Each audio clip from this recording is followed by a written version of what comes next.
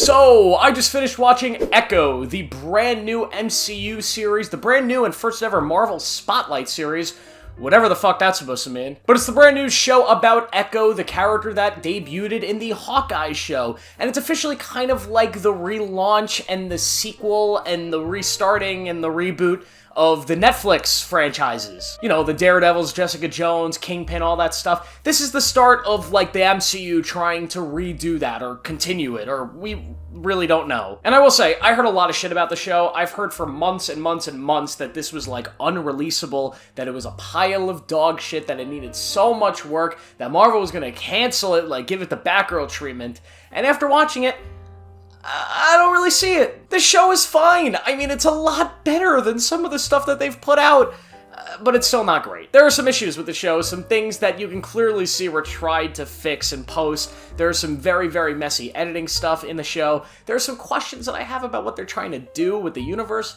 But overall, this was a fun 5-episode watch. There was a lot of stuff about the show that I loved that I wish the MCU would do more of. First off, Alico Quox, and I'm sorry if I'm pronouncing her name wrong, but she's the star as Echo, and she is really good in this show. Echo is a very complicated character to get right, because it's a character who's both deaf, she only's got one leg, she's got a bunch of troubled family history. It is a really deep character, and a character that makes sense to star in her own project, because there's a lot of interesting stuff, both filmmaking-wise and story stuff that you could do there, and I think she does the character justice. She plays this role well. She's badass when she needs to be badass. She's warm when she needs to be warm. I really like her in this character. I really like this character as a whole, which I know a lot of people online don't really understand the character, but I enjoy the character. I also enjoy the representation of the Native American community. I'm gonna say something that you're not gonna like. I think this movie does a better job of bringing out Native American culture and giving us, you know, Native American representation than Killers of the Flower Moon. Go ahead, let me hear it in the comments. We also get Vincent D'Onofrio back as Kingpin. He's great in this show. All of the cast here really does a good job. I don't know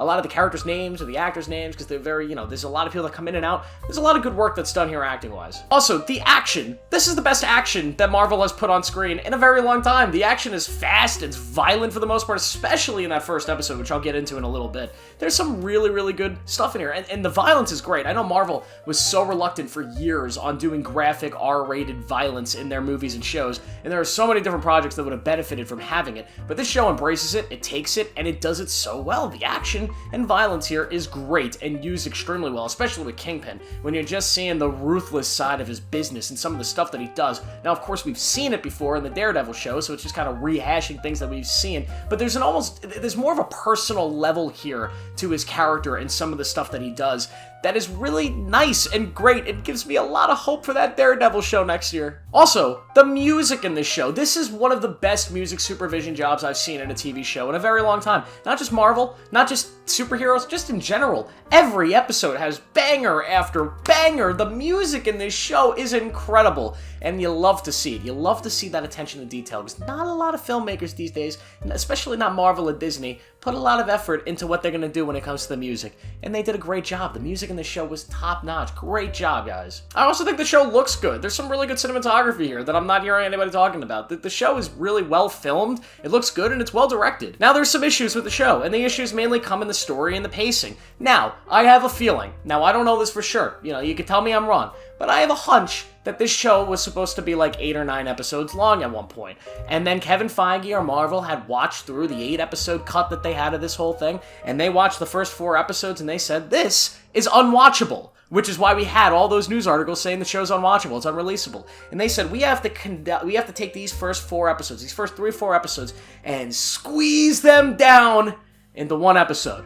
And that's where we get episode 1 of Echo, which is one of the messiest things I have ever watched in my entire life. The edit on this episode, it's actually hilarious because it's so crazy, and the pacing of this episode is so absurd that you just know something happened in post. This was not the scripted episode. There's just no way. Now, I will say the opening is great. Seeing Maya in her childhood, seeing everything that she went through there was great and really well done, and seeing her relationship with the father and understanding more where her character was coming from in Hawkeye, that was all done really well. But then it starts jumping to when she's working as a henchman for Kingpin, then it jumps to the present, then it's jumping back, and It's so crazy, and it's unbelievable, and you get the whole Daredevil stuff in that episode, which I'll get into in a second, but that first episode is so absurdly paced, and the edit is so weird, that when the show does slow down in future episodes, it's just weird, and the show has weird pacing things. You go from absurdly paced, which is just unbelievably fast-paced, you're just running through story stuff in episode 1, to 2, 3, 4, you know, there's some action stuff, but really slow, and then episode 5, where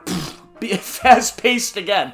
And that pacing makes the show a weird watch. And I don't know if it would have been better if it was released weekly, but definitely the show needed a better edit, and it needed a better format with how it was releasing these episodes, or how these episodes were structured. And I don't know if it was fundamentally broken every other way that they tried it. Maybe this was the best version, the best way to get the show out. And if it is, then bravo for saving the show in post-production. But at the same time, God, this is a weird, weird show when it comes to how it is actually structured and released. I don't think I've ever seen anything like it. It is the biggest example I've ever seen in film or TV of post-production, you know, coming in and completely changing something. This is like Zack Snyder Justice League, Suicide Squad levels of, you could tell there was a lot of interference here. For better or for worse. But there are a lot of good stuff. Like episode 1, Daredevil comes in, and I have a feeling this was a much larger thing in the story, or with the characters at one point. Here, it's really just a cameo.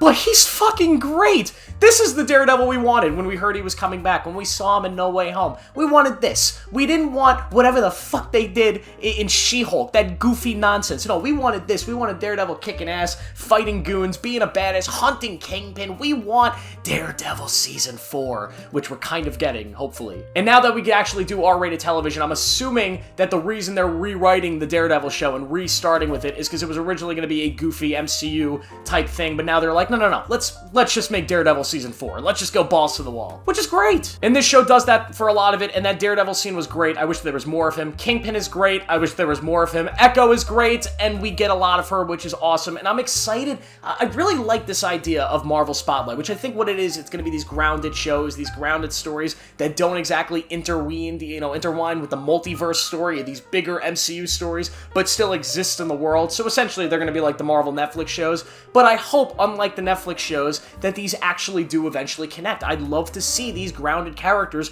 interact in the bigger world eventually. That, I feel like, is the next stage of the MCU. Besides bringing in the X-Men, besides doing Secret Wars and all this multiversal nonsense, I think the next stage is you have this gigantic universe. Not every story needs to be gigantic and scale to the brim of reality. Like, you could tell tiny little stories, because in the comic book universes, you have these gigantic comic universes, and sometimes you get these little comic books that are just little side stories that are huge for the characters involved. Let me get this straight. When I say small story, I don't mean just because the stakes are small that it feels small. You could tell a very, very small story with small characters, but for them, the stakes are everything. You could feel and make the movie feel like it's a great, big, huge thing while the stakes are really small. And the MCU has struggled to do that recently, but with this show, I think it's on the right path to getting to a place where you could tell really small stories in this universe, really personal stories. I know the fans, I hate the word, but street-level stories, and do it really well, and do it R-rated, and that's the future of the MCU. A wide-ranging universe of different stories for different audiences, PG-13, rated R, different violences, different scales. You'll get the big Avengers movies, you'll get the smaller Daredevil shows. That's what I think the MCU needs to focus on doing. Becoming more, and another word I hate because it can mean so many different things, but more diverse in what it's putting out. And that's what I'm kind of hoping it does.